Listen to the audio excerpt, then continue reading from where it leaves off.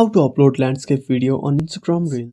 Hello everyone, welcome back to our channel. So let's dive right in without wasting any time. Also make sure to watch this video till the end. So first of all, open up Instagram on a device. Then tap on the plus icon at the bottom menu. Now simply tap on Reels.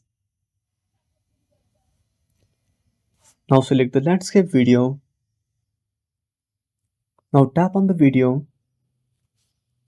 Now simply tap on edit video. Then tap on edit. Now tap on crop. Now simply zoom the video.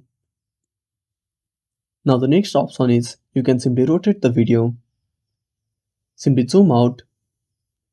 Now use your two fingers to rotate the video and adjust the position. Then tap on down at the bottom right corner. Now simply tap on next. Again tap on next and click on share.